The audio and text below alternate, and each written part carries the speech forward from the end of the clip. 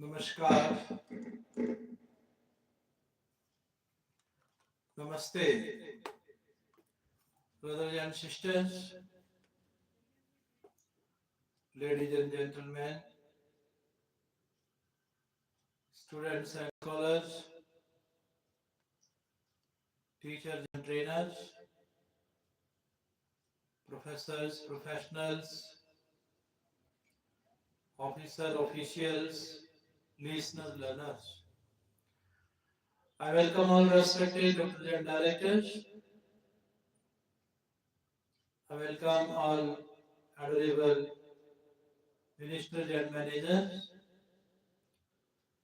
I welcome all honorable advocates, advertisers, administrative advisors.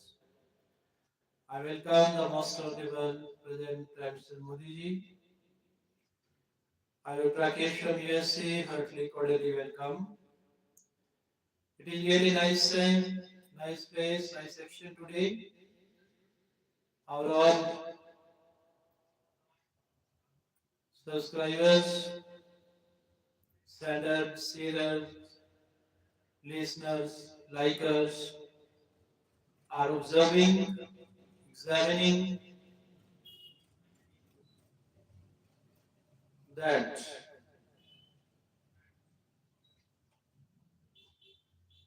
India is growing economically, politically, socially. All over the world, our nation is known by unity in diversity. What is written in all our holy scriptures, holy literature, that is the common message. Nature is a common concept among them.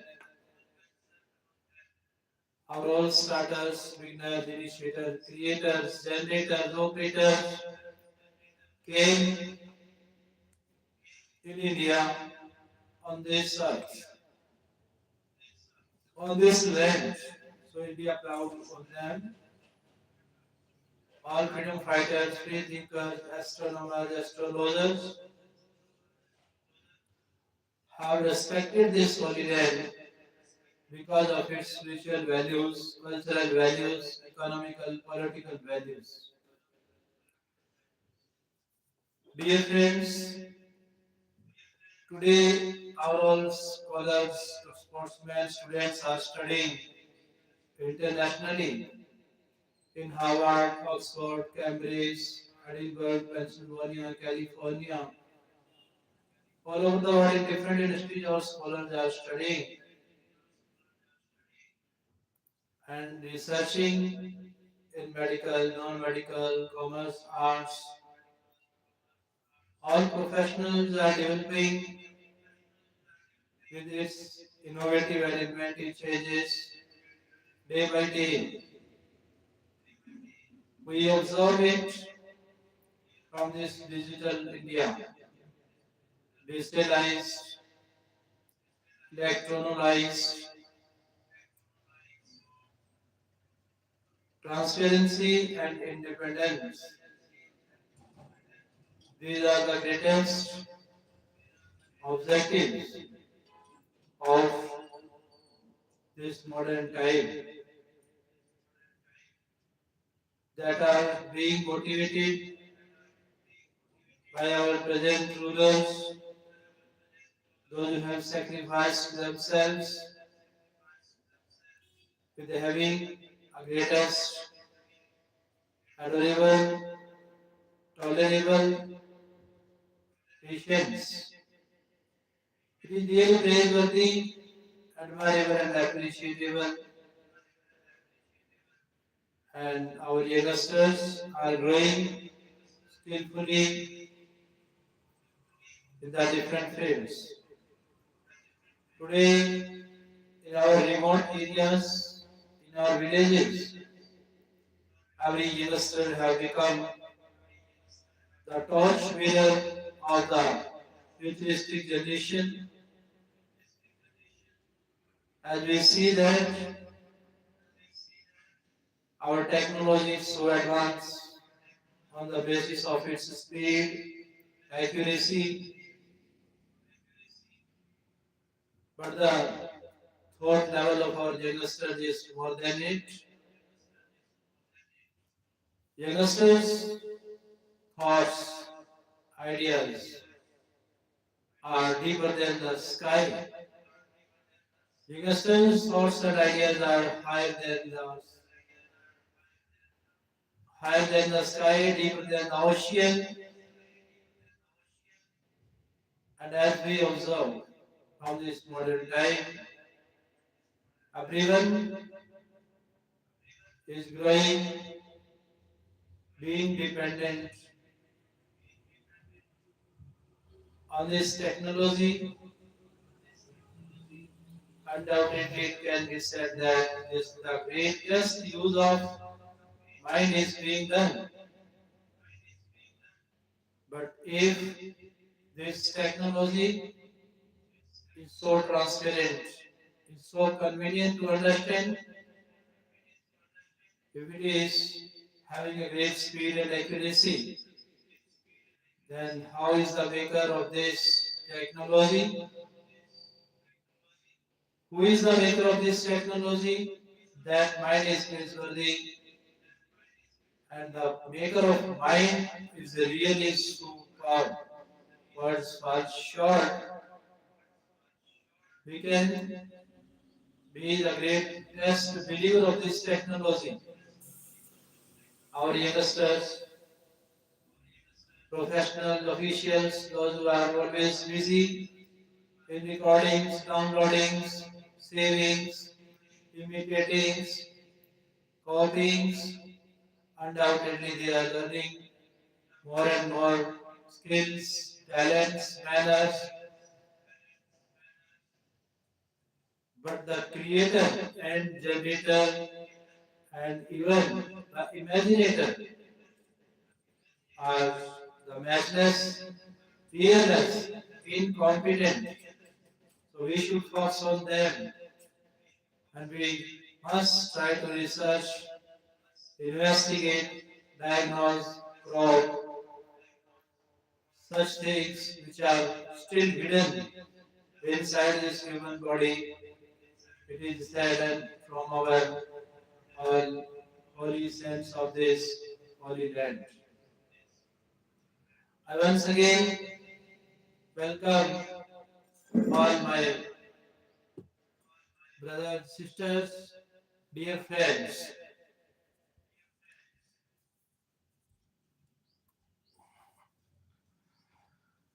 Today you will get a great message of this holy Indian culture. What is that? Let's listen it. He is, he was, he will. He is omniscient, omnipotent, omnipresent.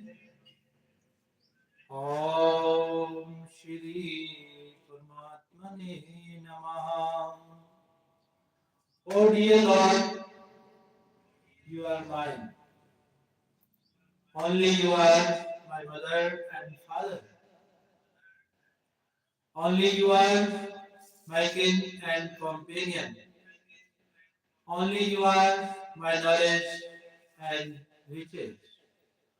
Oh dear Lord, it is you, all in all. There are innumerable ways to attain God realization. Amongst all those paths, I have found a unique path which is uncommon. It is I belong to God. You may perceive this as ordinary, but in my opinion, it is extremely unique. Each one of us is God's child. It is not a usual fact. This renders God realization exceedingly easy. One disciple put a question in front of Swamiji. Swamiji, earlier you instructed us regarding seeking refuge in God and chanting His name. Then you asked us to regularly repeat, "Oh my dear Lord, I must never forget you." And now you are telling us to accept our belongingness to God. Which of these sadhanas should we follow? Then Swamiji replies. Swamiji answers, follow which I am instructing you now. All sadhanas are excellent, but accepting that God is mine, this makes us close to God. The closer we are to God, the better the worship becomes. One more question was asked by a disciple. Carrying out all deeds diligently or disregarding our belongingness with the material world, or accepting our belongingness to God, which among us the three sadhanas is most appropriate to break away from our attachment and aversion and attain liberation. Swamiji says, accepting our belongingness to God is the foremost sadhana. Because of our acceptance of the belongingness to God, by the virtue of God's grace, attachment and aversion are also resolved, equivalency also comes, serenity is also attained, and liberation is also fulfilled, because in our essence we are fragments of God. Mame vansho jeev loka. Mame vansho jeev loke. By correcting this essence, everything else gets corrected. If you wish to effortlessly experience God, it is my request that you must accept I belong to God. This practice is much more powerful than Chuk Sadhana. For instance, a daughter in your family, once married, accepts that I belong to my husband's place. Similarly, you must accept that I belong to God.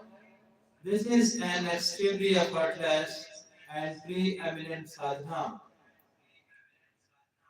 God has Himself specified this as the ultimate untold secret Sarva Guhatma.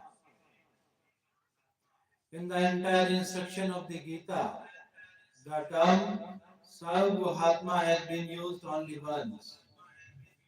I am daily stating this with folded hands that, in my opinion, this is the foremost sadhana. I feel so in my heart that if we accept that God belongs to us, then our task will be quickly done. God is mine. If this is accepted, and then a whole lot of our work is done, we have already come quite close to God. All that we wish to depart from would be achieved by God's grace, God's strength only. In Jnana Yoga and Karma Yoga, both sadhana means path and sadhya means destination are distinguishable. Whereas in Bhakti Yoga, God Himself is the sadhana as well as the sadhya. That's why the path of Bhakti Yoga is comparatively brisk one to treat. Everybody is not aware of this fact. That's why I keep on emphasizing that you must accept your belongingness to God. God is our Father. Each one of us is His beloved son and daughter. Accept that, accept this, and consider ounce of your work completed. It is better than God's continual dependence to accept our relationship with God, that I belong to God. A relationship is ever existing. Once the relation is embarrassed, then God remembrance occurs inherently and doesn't have to be practiced. It happens without any effort. I have a mother. In this manner, we have accepted our mother. So now we are not required to remember this. Like a rich man is always proud from within that I have so much money. Similarly, you should also at all times feel proud from within that I belong to God. As abhimana जय जन भोरे मैं सेवक रघुपति पति मोरी. However you are, you must never disregard the fact that I belong to my Lord. Be it happiness or sorrow, health or sickness, profit or loss, but I belong to God. God belongs to me. Your mind must never dwindle from this principle. There is no equivalent path, no ability, no strength, nor privilege than acceptance of our belongingness to God.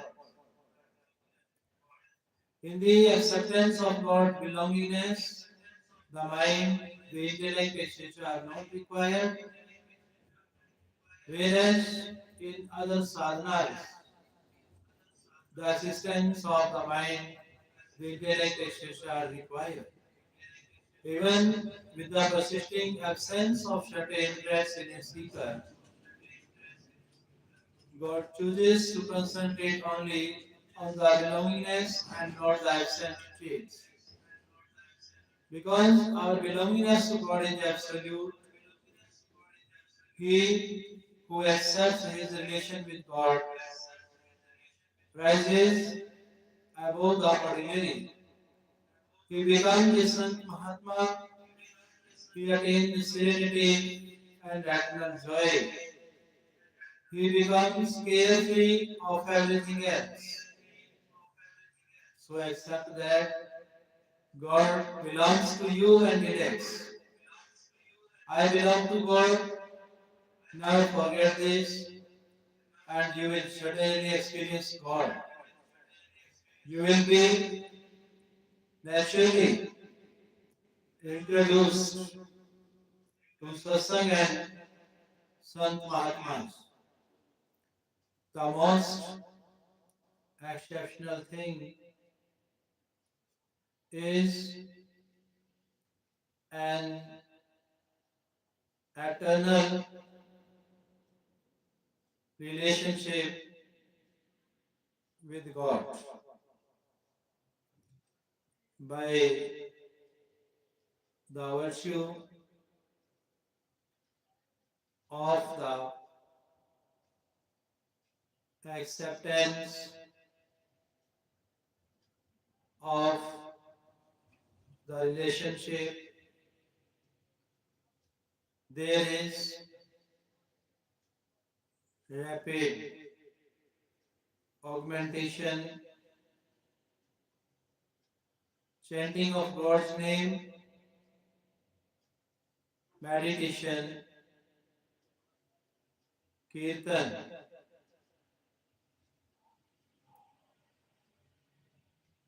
Chanting of God's name, meditation, kirtan, etc. are not perpetual.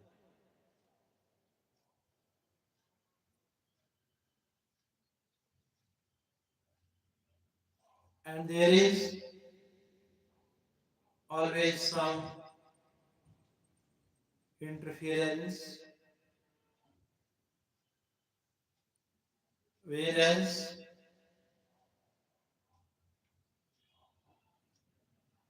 there is no interference in relationship with God. For example, by sleeping,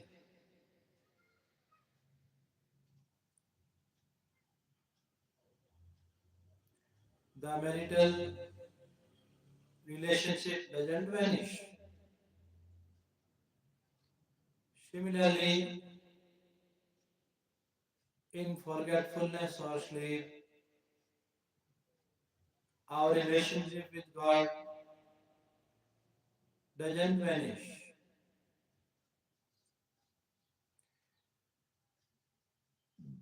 It is perpetual and ever existing. There is exertion in performing, chanting, etc. But in relationship is never tiring. This relationship is immediate and eternal, like marriage breaks only if you break it. If you accept that God belongs to me, then not. Even God can break this. The jiva or the embodied soul is fragment of God. Therefore, if he connects with God by any means, he is certainly liberated.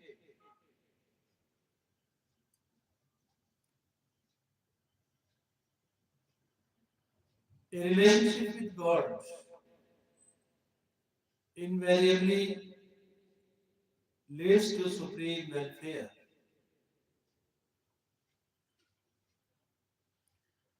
Those who took God by enmity, for example, Kansha, Shishupala, etc.,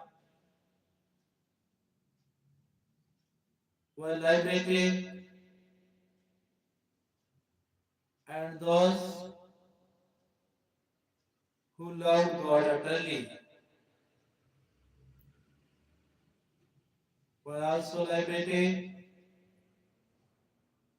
but those who failed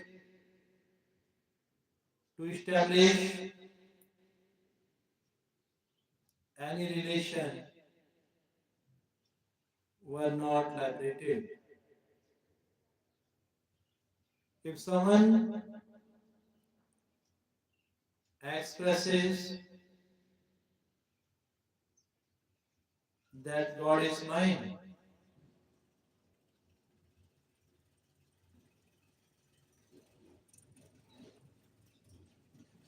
it extremely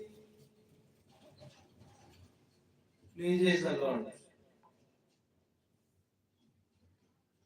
in reality except for God.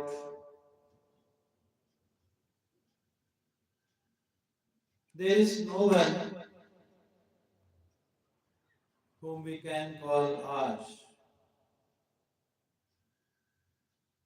Due to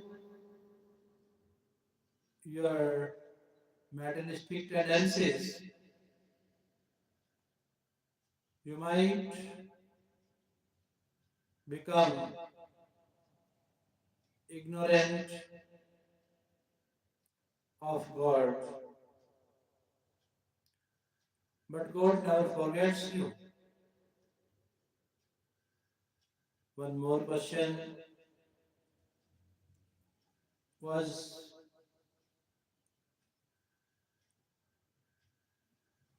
put by disciple in front of Swamiji. After acceptance of God's relation, can God be realized? Even on persistence of worldly desires.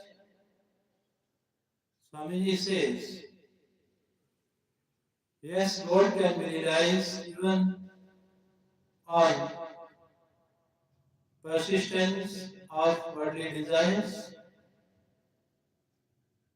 and the desires will not persist once God is realized.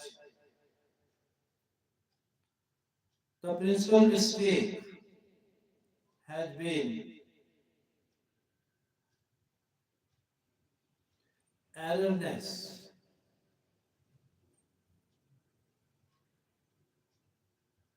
embarrassing of what is not ours, like our body, senses, mind, intellect, and who belong to us. We did not embrace that God. This single blunder encompasses every other mistake. In mathematics, on omission of even a single step or a digit, everything becomes incorrect and no mark is awarded. That's why you must at least accept that. That's why you must accept at least I belong to God and God is mine. To eternally live with the Lord and to acquire His perpetual love, it is a must to embrace the fact that God is mine.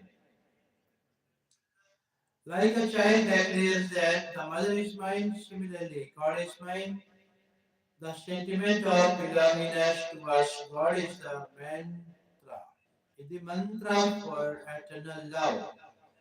It reveals the presence of God. You must invoke this feeling from within that why is my mother not taking me in her lap? You must firmly believe God belongs to you. This will have an immense outcome, and your existence will prove victorious. My heart will be extremely delighted if you do so, and you will also be happy. You will be blissful. This acceptance is pure profit with no loss of any kind. This wisdom is not ordinary. It is the conclusive essence of the Vedas, Gita, and Ramayana. Even if you do not believe the truth will remain absolute, it can never be a lie. You just have to embrace it from your end. Then, even if a void persists, it will be up to God to seal it. But you must never disregard this. Once accepted, keep on repeating, I belong to God. This will naturally make you pristine and pure. Is God feebler than a philosopher's stone, which transforms mental into pure gold? The purity which is attained by acknowledging the relationship with God can never be attained by our endeavors. The benefit which is not obtained even after years and years of satsang will be achieved in a single day by accepting our belongingness to God. The stronger one associates with people and material objects, the lesser one feels about his belongingness towards God. When it is properly understood and acknowledged that in the entire in the entirety of the limitless cosmos, there isn't even a speck of an object which belongs to us. Even the body, senses, mind, intellect, ego doesn't belong to us nor exist for us. Then only can be the actual quintessence or tattva experienced and understood. Actions by any of the three bodies,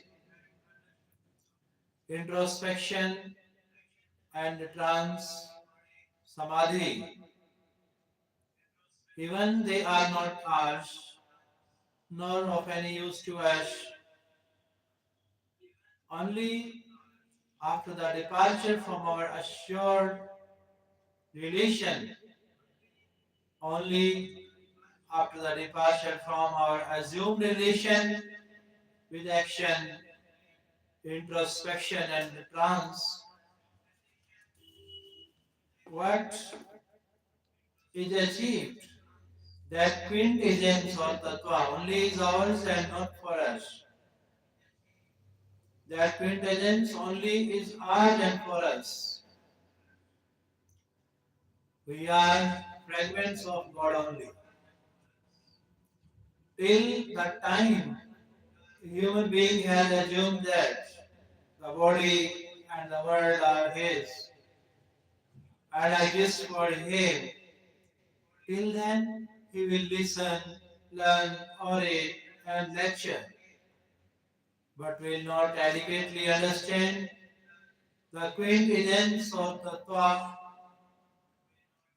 the advancement of the seeker will not be substantial until the relationship with God is acknowledged, whereas the progress would be effortlessly humongous if it is acknowledged. I belong to God. Accept this from within, and your spiritual standing will transform. Furthermore, there will be a comprehensive change in you. You will attain peace. Doubts will be cleared and confusions will resolve. Oh dear Lord, I belong to you. Accept this much from within, and all your worldly affinities will loosen by themselves. You will not have to struggle to loosen those earthly ties. Recently, this thought has been liberating with me a lot. To embrace our eternal relationship with God, it has been particularly coming to my mind that you must anyhow accept your relationship with God. You may accept God your son. You may accept God as your son, your father, your mother, your brother, your friend, your guru or teacher, your disciple, your master, your servant, or whoever you expect him to be. Just accept this much and it will be tremendously beneficial. You may or may not accept. You may or may not accept, that is your wish. But I will keep on treating, that is my duty, and I will adhere to it even if you wish to. Even if you wish not to accept this, I will not be upset with you, but certainly my heart will not be content. Any sadhana or spiritual practice can never be continuous, but a relation is ever existing.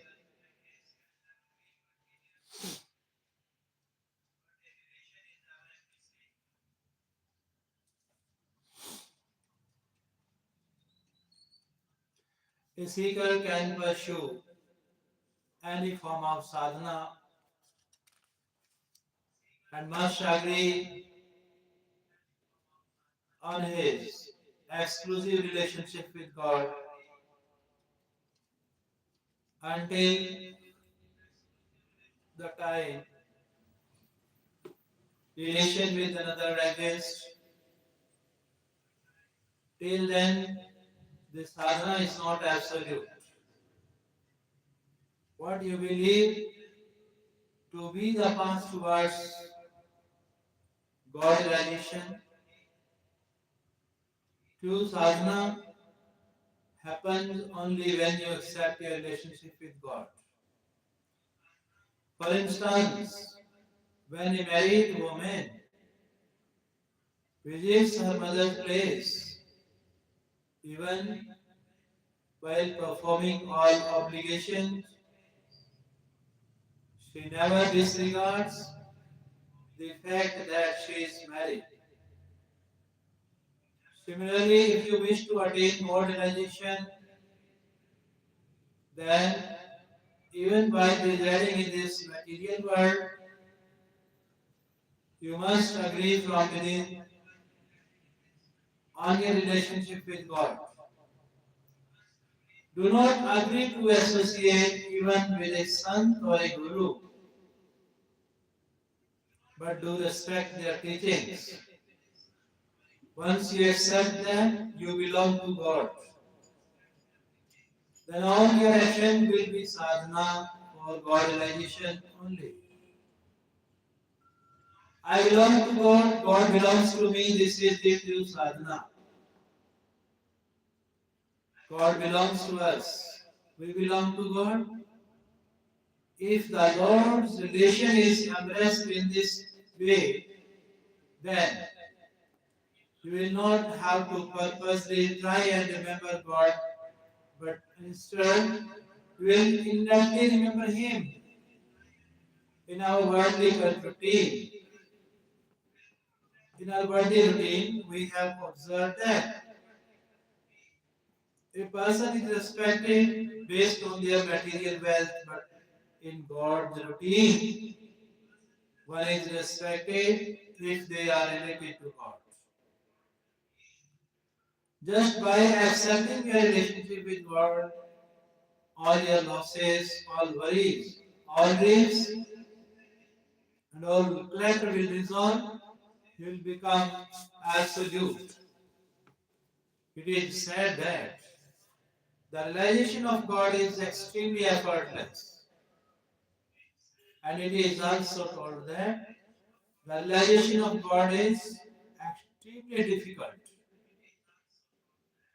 If one goes by set norms and regulations, then the realization of God is extremely difficult. But if the heart has a genuine passion for God, then it becomes extremely effortless. Like a child asserts that the mother is mine. Similarly, God is ours. The heart should have such simple passion. It is exceptionally difficult to attain God realization if the heart lacks passion. God receives passion if a child asserts that the mother is mine. What regulation will be applied in this? The child never deems if he is qualified or suitable. By the virtue of his affection, he fondly and completely dominates his mother. Similarly, God is mine. Simply accept this. If the child cries, the mother has to attend to her child irrespective of what she was doing. Therefore, simply and honestly hail, O Lord, O my dear Lord, God is mine. This one truth surpasses everything. Without asserting any rules and regulations, one should particularly develop a single thread. God is mine. The passion for belongingness should be exceptional and foremost. Disregard every other fact. Don't focus even on your shortcomings. Rather, gaze only towards the Lord's gracious personality. There can't be anyone except God who can be ours, nor can ever stay with us. For instance, when a mother watches her child play, her heart becomes full of love.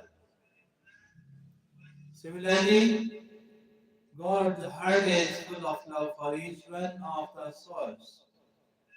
He wants to accept them, meet them, and converse with them. But this soul doesn't even glance at God.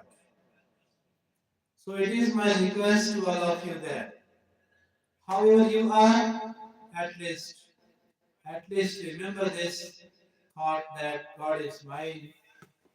मेरे तो गिरधर गोपाल दूसरो ना कोई.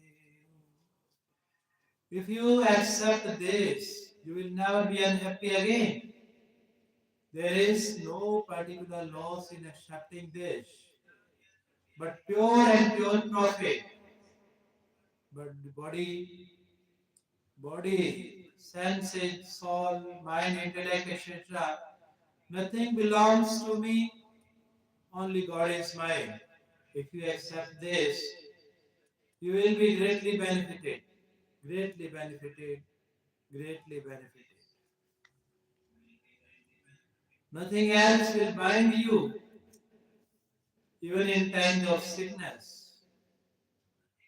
You will not be distressed, but would experience eternal joy. The body might feel lethargic, but there will be eternal bliss within. Even if you develop 4 to 5 degrees of fever, you start talking of your collapse, even then there will be no difference in the eternal joy within. That is an absolute truth.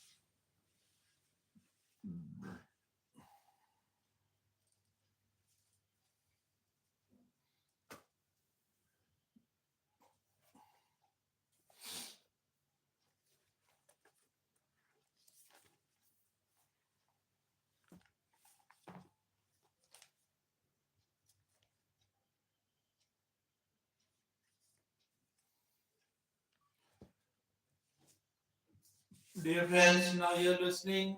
What is global justice? Let's explain in detail.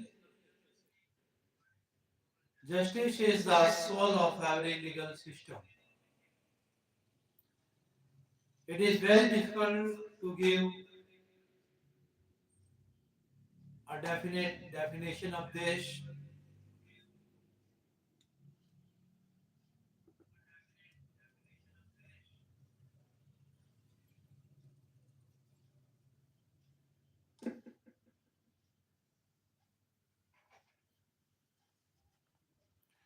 According to Aristotle, justice is a social quality which determines the mutual relation of people. According to European, justice is a relentless and eternal desire to deliver every person what he deserves. According to Cicero, justice is the attitude of the human mind to entrust every person with his dues. William Sarley has tried to connect liberty with equality in the definition of justice. Jurists have given various forms of justice such as remedial justice, corrective justice, distributive justice, legal justice, etc. Some philosophers and jurists have considered justice to be the good of others. However, it can be said that every person should get his right. This is justice. Global justice can also be called universal justice. Universal justice means a justice that is beyond the limits of time and space, be it for the general public, whether they are familiar or unfamiliar. It is beyond the constraints of caste. It is beyond the constraints of caste, gender, religion, race, and place of residence. If we talk about global economic development, we talk about world fraternity, we talk about peace and harmony, then that is possible only when everyone gets universal justice. Individuals, whether residing in India or Africa, are entitled to equal justice. No distinction can be made between them. Every person has his own desire, hopes, and aspiration, irrespective of caste, religion, gender, language, or place of residence. They also have their own needs, freedom, etc. Universal justice is the fulfillment of all. Universal justice is the protection of the interest of all persons, the protection of legal rights. Universal justice is beyond the boundaries of time and space. Universal justice can be viewed from different points of view and point of view such as whoever should get what he should get. Whoever should get what he should get. The fundamental principle of universal justice is that whoever should get what he should get. It can also be said that what a person deserves, he must get it.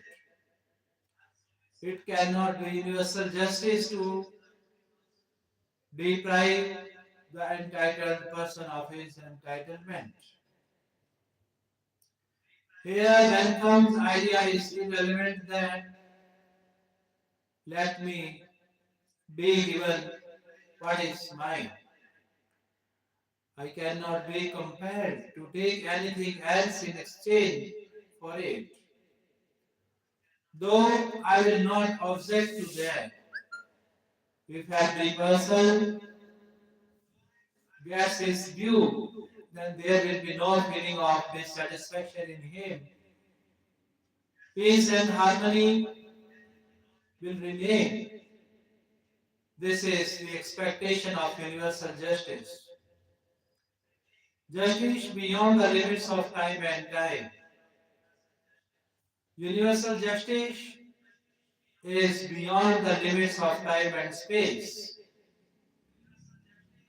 Justice should be such that it provides relief and treatment to all the people of the world. He should not discriminate against anyone. The justice of one state or country should not be injurious to another state or country. Every person in the world should feel that justice has been done to him. Such justice is called universal justice. In this matter, the case of Chairman Railway Board versus Chandrika Das AR 2000 SC 988 is a historical case. In this, a woman from Bangladesh, Mrs. Hanifa Khatun, was raped by some railway employees at Howard railway station. A compensation of rupees 10 lakh was given to the victim woman by the High Court. Against this, an appeal was made by the Railway Board in the Supreme Court that it was argued that since Mrs.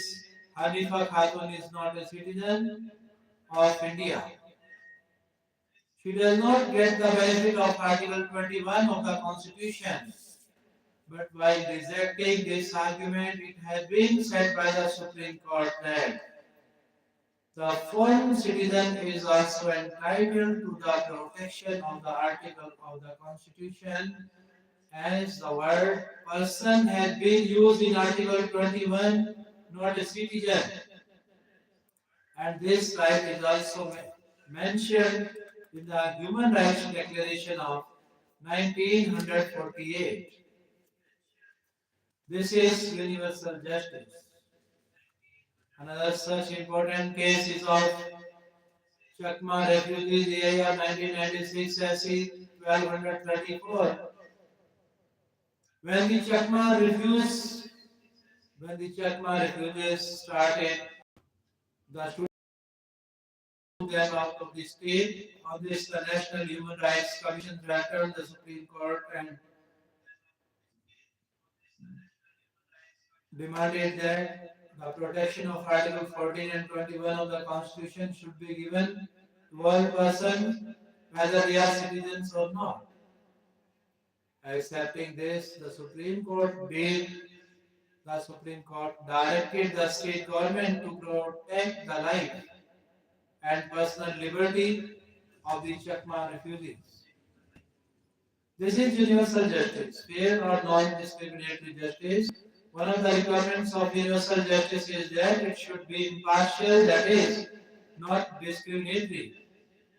It should be beyond the boundaries of caste, color, gender, religion, birth, place of birth, etc. If any justice is discriminatory, on these grounds it will not be called universal justice. Justice should be such that it does not discriminate between in men and women, in children and infants, in planners and infants, among the poor and the affluent, at home and abroad, empower and disabled people. There was a time when transgender was not included in the definition of the word person. The protection of Article 21 of the Indian Constitution was also not available to him. But in case of National Legal Services Authority versus Union of India, year 2014, SC 1863, also transgender has been considered as a person. Justice should be such that it does not discriminate between black and white people. Ethics and religion-based justice. Such justice can be universal justice, which is based on morality and religion. The principle of universal justice of the immortal army is based on policy and religion. Justice. One is justice, two is be ethical, be based on solid religious beliefs. There is no place for evil in it. He should be free from the faults of deceit, misinterpretation, deceit, misrepresentation, etc. Be kind, be unbiased, not be prejudiced, not be prejudiced. It is also mentioned in the scripture. Dharam Shastrānusare Krodhano Vivarjita Sapran Vivāk Samatya Sabrahmanyam Prohi Samitmati Pashye Vyavharanonam Karamaha Nek Pashye Karyani Vadino Sranum Dvada Rasi Channel Putragas Abhyas Pradashan. In other words, in the trial, the king should take the help of the chief justice, the help of the Amatya Brahmins and the priests. The king should follow the Dharma Shastras completely. He should stay away from greed and anger. The king should neither walk alone nor listen to the parties. King and judges, not to hear cases in private. Pachpatadhirokashyahi karnanich panchve Raglovbhyadvishavadino shat rahashruti. Justice should not be afflicted by Rega, means love or inclination towards a party, Raga, to his grudge, to his greed, or his fear of his private hearing. This is the fundamental principle of universal justice. Raval's principle. What is the Raval's principle? In the context of universal justice, Rose's theory of social contractualization of justice has an important place. It is also called justice based on public law. Rawls has interpreted justice as an object of fairness based on the principle of social contractualization, considering utilitarianism as the